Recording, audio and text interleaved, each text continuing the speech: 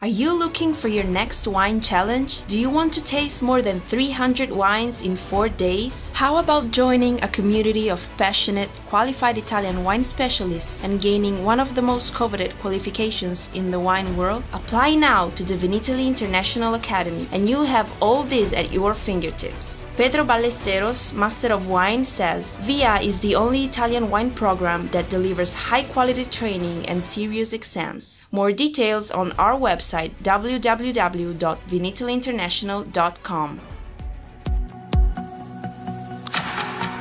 Italian Wine Podcast. Chin Chin with Italian wine people.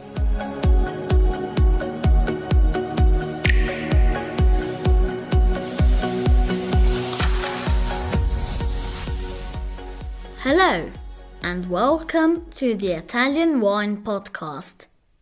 My name is Arthur Warden, and my guest today is my dad, Monty Warden. This is a special broadcast for the 3rd birthday of the Italian Wine Podcast. Please remember to subscribe to the show wherever you get to your podcast. And if you notice that Italian Wine Podcast is not offered on your preferred podcast player, let us know so we can fix it. So, my first question is this. Your real name is Matthew, so why do people call you Monty? So when I went to I went to a state school, a day school, where my dad David taught. And after a few years, my parents sent me to a boarding school where you sleep overnight and stay there all the time, basically, called Twyford, which is very close to our house, about a couple of miles away. And we had a history teacher there, a guy called David Barclay, who was an Oxford graduate in English, and he just taught history for us for maybe a year or two. Really nice guy.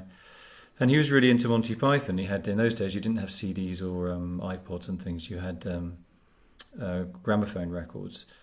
And Monty Python's Flying Circus was a sort of comedy team, sort of alternative, almost surreal kind of comedy group. Very, very funny.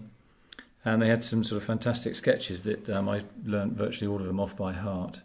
For example, someone goes into a cheese shop and sort of names every single cheese under the sun, but of course the cheese shop seller doesn't have any cheese at all.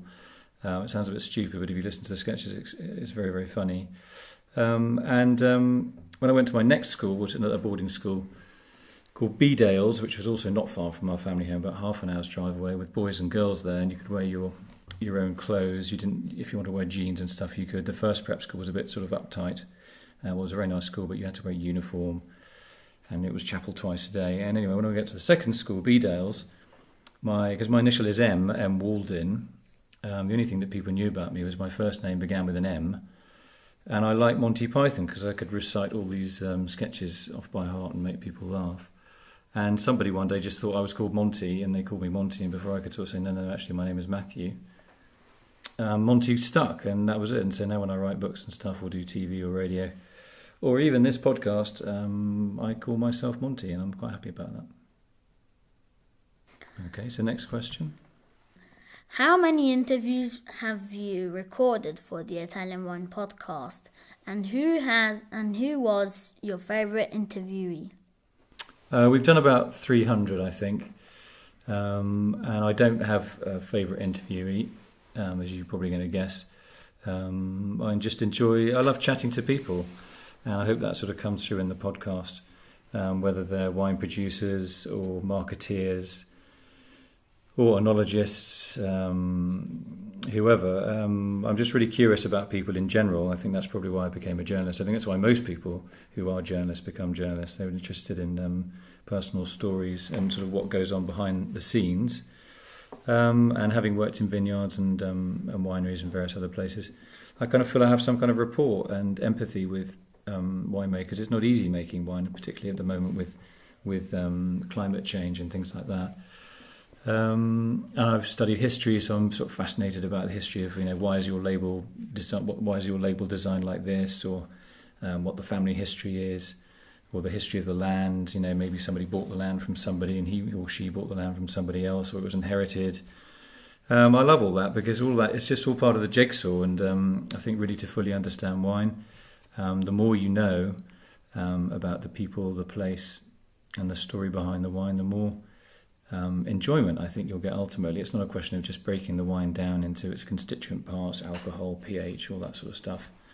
I see sort of wine as a social thing, as a social good almost, in terms of particularly sort of looking after the land, and which is obviously part of community. It's bigger than just the wine is bigger than just the wine, if we can say it like that. And so when you can actually sit down and talk to people and find out their personal stories, you're basically getting paid to have fun and learn, which is not a bad way to earn a living as a freelancer. So how did you get into Italian wine? Why didn't you specialize in wines from some other countries? How did I get into Italian wine? Well, long and the short, I'd written a few books on wine, on organic wine, and a publisher who I'd worked with had been asked to do a couple of travel guides, one of which was going to be on Bordeaux and one of which was going to be on Tuscany. So I did the Bordeaux book for them, because obviously I'd lived there for quite a long time when I was younger, learning about winemaking. And a lady called Hilary Lumsden, who was the publisher, and she said, "Do you want to do one on Tuscany?" I said, "Well, I don't really speak a lot of Italian." And she said, "Well, you'll be all right. You just go over there and learn. You speak French, not too difficult." And she convinced me to go. And I had a friend in Tuscany, a guy called Hans Vinding Deers, who's a Danish chap, and I knew his father from Bordeaux.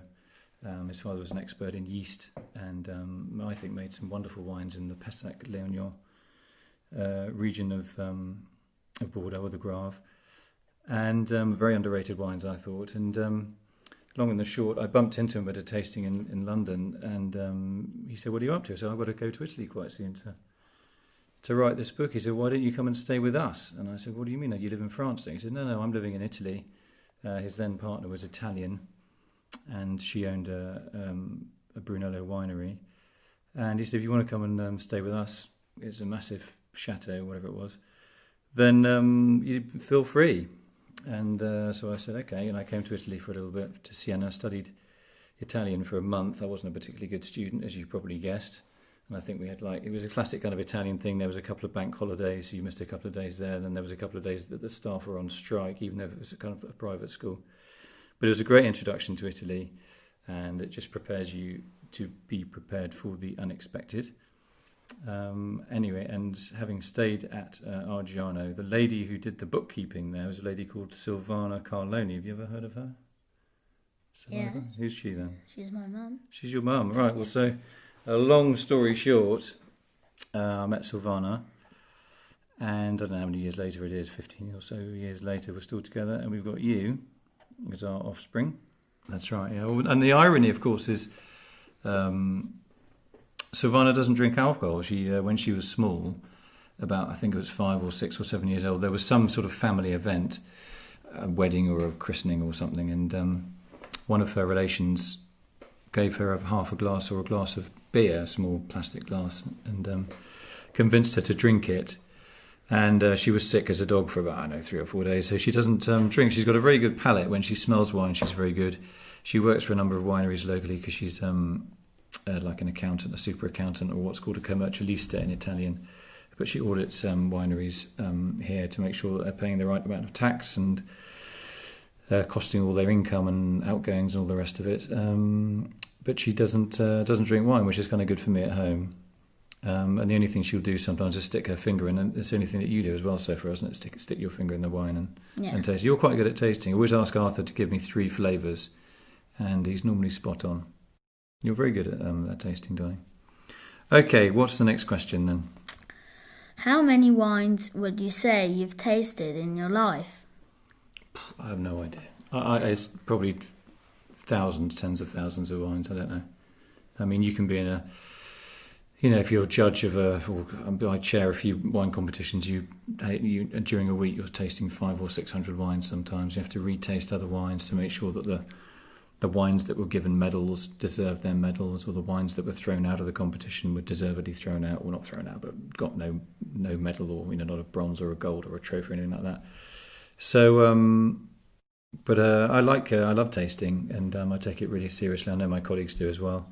There's a hell of a lot of work that goes into making a bottle of wine, and the least I think a wine deserves is a fair shout and a fair amount of time given to it, and even a second chance as well. If you're not quite sure the bottle isn't maybe a great bottle for whatever reason, cork or whatever, you give them a second chance, and I think that's perfectly fair.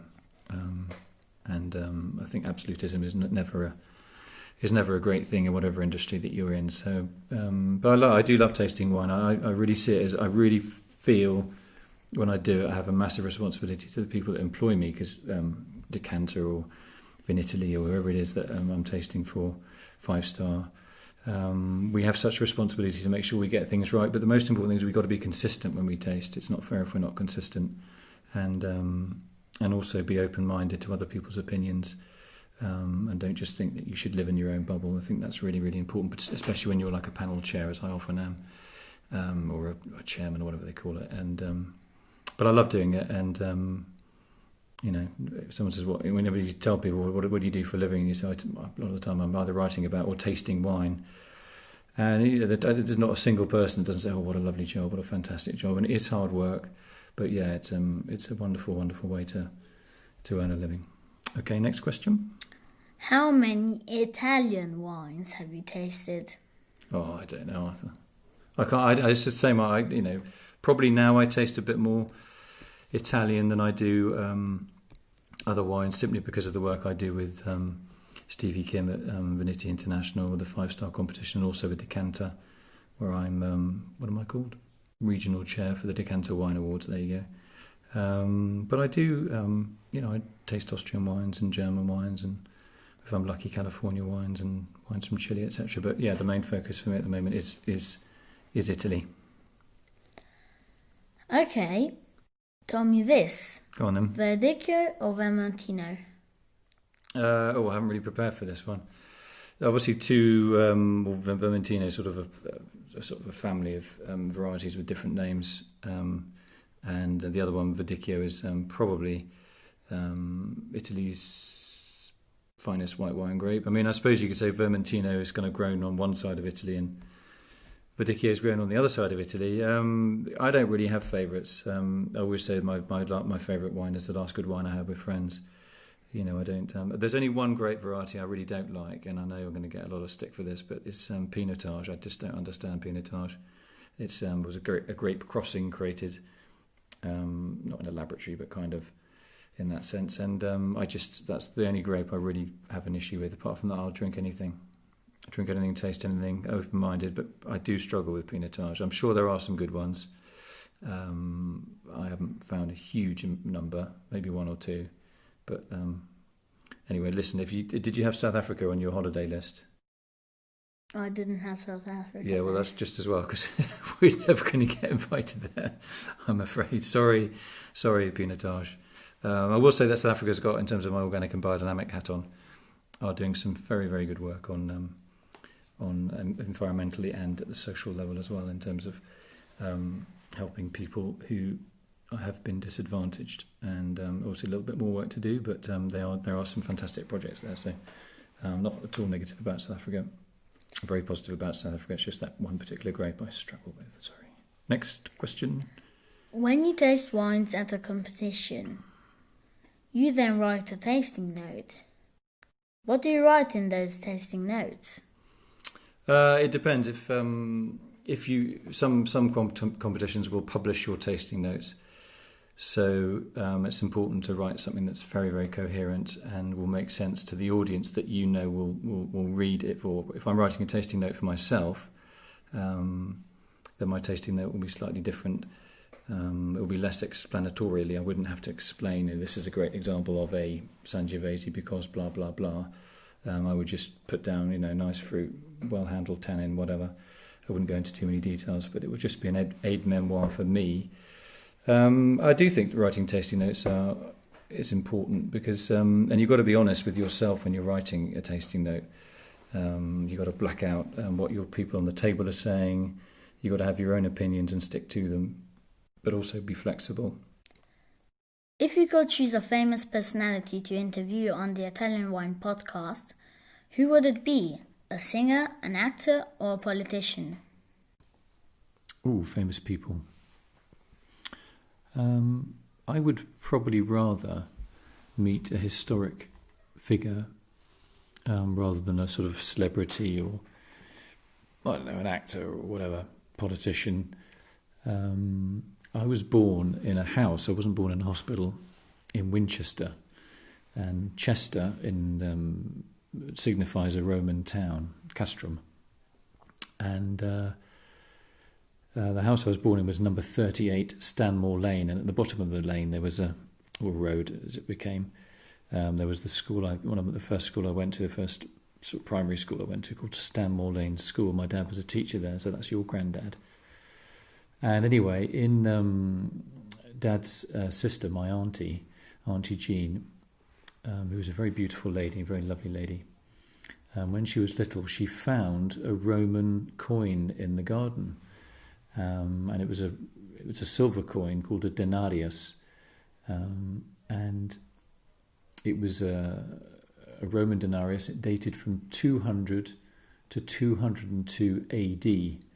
So that coin had been lying in the garden of 38 Stanmore Lane, where I used to sort of play football and have a little tractor and all those sort of things you have when you're a kid, for 17 centuries. So I'd be very happy to know the person whose pocket that fell out of, not least because maybe that person, having come from Italy, or what is now Italy, had some connection with wine, either drinking it, possibly as a soldier, or as a professional, maybe an accountant or something. If he was an accountant, he wasn't very good, because dropping money is probably not the thing that you want to do. But I'd like to meet somebody like that. And then the other person I'd love to have spent more time with is my mum's dad, who was a smallholder, and which meant he sort of grew his own food in his very large back garden in Dorset, which is not far from Hampshire. I was born in Hampshire, Winchester, and Dorset is the sort of neighbouring county in the south coast of England. And he was basically a subsistence farmer. So what he didn't eat or need for himself, he'd either barter, exchange, or he'd sell in the local market. And that's how he stayed economically self-sufficient. And I don't think it's any coincidence that he was a very wiry man, a very strong man, but thin, a man of few words. But he lived into his 90s, and it could just be coincidence, but having that really natural lifestyle of spending most of your days outside in the elements, wind, rain, sun, growing your own food, no air miles, no pesticides, no fertilizers, nothing like that. Very, very natural. Enough to feed yourself, and enough to sell at the local market to local people. A little bit of pocket money, pay your bills. And he met he was very old when I only met him once, so I didn't even speak to him. I don't think he was in his armchair. And he was 40, how old was he? He was 44 when my mum was born. No, he wasn't. He was 66, and his mum, and her mum, his wife, Amy, was 44. So mum she was an accident. She had very old parents, obviously, at the time. And Amy, who was my grandmother, she worked in service, which meant that she was in a big house in Bournemouth on the coast of England, cleaning the beds and washing stuff and cooking and doing that sort of thing. She came from South Yorkshire, and she got away from her family by travelling all the way down south and got that job. And on a Sunday afternoon, she cycled 12 miles on her bike. There's no distance in those days. Because she loved primroses, and she ended up in Verwood, which is where my grandfather was living in a house there. It's now become a bank, unfortunately, got knocked down. Very, very sad. But she was looking for primroses, and she saw this old bloke, because he was quite old by then. She was 44, I think, and he was in her 40s, and he was in his 60s, and said, "Excuse me, do you know where I can find some primroses?" And anyway, he invited her in, because he had some in his garden. And they had a cup of tea, and that was that. And Mum was born, I don't know, not that long after, but was a sort of an accident. But again, she had to muck in. I mean, it was a very sort of Spartan existence, and there's no TV. I don't think there was hot water actually when she was born. You'd have to heat the water up on the fireplace, and the bath would have been put, a tin bath would have been put on the living room floor, and you had your bath in that way. And I remember when I was small, I think that happened to me when I don't know how old I was, but quite small. I just kind of like that sort of simplicity, and it's not that simple, of course. I'm sort of not trying to over romanticize it, but working close to the land and eating food that has been well grown and healthily grown, and there's no artifice to it, I think has such an impact on your health. And there's no coincidence, I don't think, in terms of public health these days. We're all getting a bit more susceptible to things, and we're eating food that isn't necessarily fully natural. That fertilizers produced in factories are not the same as composted cow manure in terms of fertility and keeping your vegetables nice and healthy. So my grandfather would be the person I'd like to meet and have spent much more time with, because I'm sure he could have taught me a lot more about gardening and looking after the land, and the link between that and health. And hopefully what I do in my writing about sort of biodynamic wine, etc., is trying to convince other people that we are what we eat, and if you put healthy stuff into the soil, then healthy stuff comes out of the soil. Pretty simple. There you go. That's my choice. Well, that's it from me, Arthur, and my dad, Monty. Thanks for listening. Thanks, Arthur, and thanks to all our listeners that have stuck with us for the past few years. We look forward to the coming year and hope to keep providing content. Now, if you haven't already, please subscribe to the show wherever you get your podcasts. And remember, if you notice that Italian Wine Podcast is not offered on your podcast platform of choice, please let us know so that we can make the connection. Thanks. Listen to all of our pods on SoundCloud, iTunes, Spotify, Himalaya FM, and on ItalianWinePodcast.com. Don't forget to send your tweets to @ItaWinePodcast.